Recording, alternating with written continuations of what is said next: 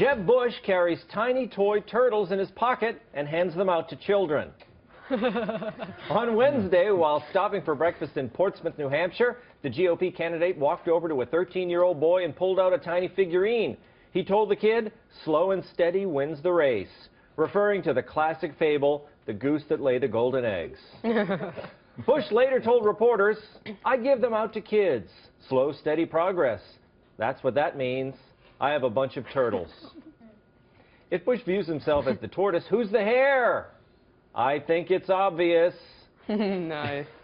See, it's the tortoise and the hare. Jeb has long had a turtle obsession. We did some digging. Take a look at this news report.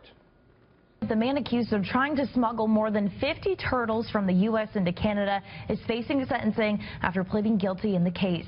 The suspect was caught at the border in Detroit with the turtles, get this, strapped to his body.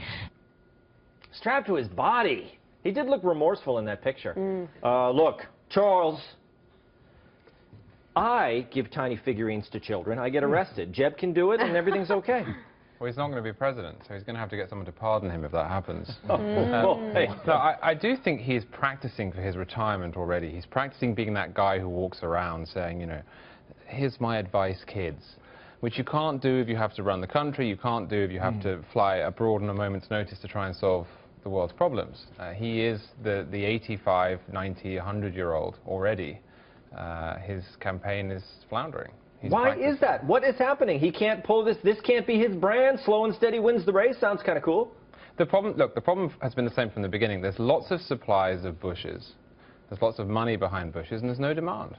You can't win as a product if you have no demand. You can't force demand by supplying, even by supplying turtles, right, Ben? You can't force a bush down people's throats, that's for sure. That is just an absolute fact. No, this is what Aesop's fable regarding the tortoise beating the hare. The tortoise never beat the hare lost. He fell asleep.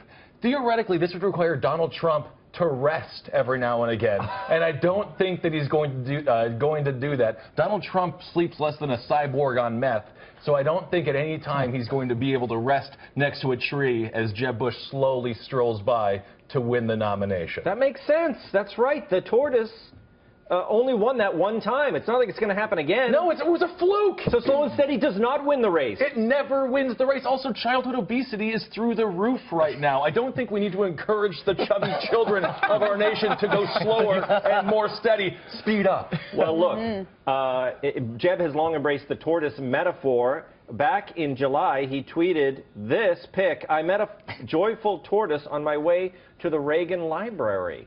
Well, and he said a fellow joyful tortoise, so he also considers himself joyful, which is interesting.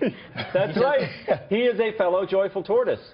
Why was he on his way to the Reagan Library, you think, Joanne? What was that? You know, he's a member. Yes. And he needed to do some reading. Yeah, exactly. You got to use that Reagan Library card. Take it away, right? Bushes and the Reagans love each other. You know, yeah, very conservative, both of them, both families. Yes. But what is it, Joanne? Do you think his tortoise obsession is creepy? It's not the most exciting animal.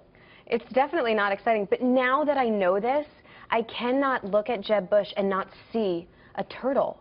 You know how most people look like animals? I never knew Jeb's. Now I know it's a turtle. I just see it, especially when he wears the glasses. It's like, I'm peeking out. What's going on? But I agree. Slow and steady does not win the race when there is someone faster and steadier, which is Donald Trump in this case.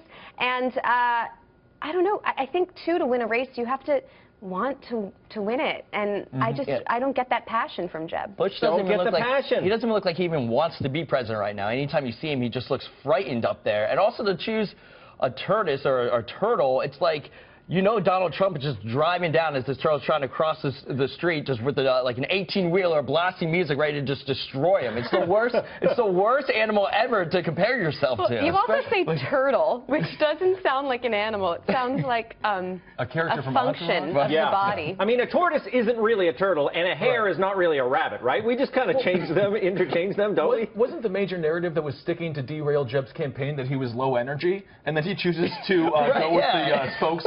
a minute. spokes animal of a turtle, the lowest of all energy animals? Hold on. What about the mutant Ninja Turtles? Oh, Very good high point. energy, right? Yeah, Michelangelo, absolutely. Yeah. So maybe he could, Yeah, but use they that. eat a lot of pizza, and I hear that he's avoiding carbs.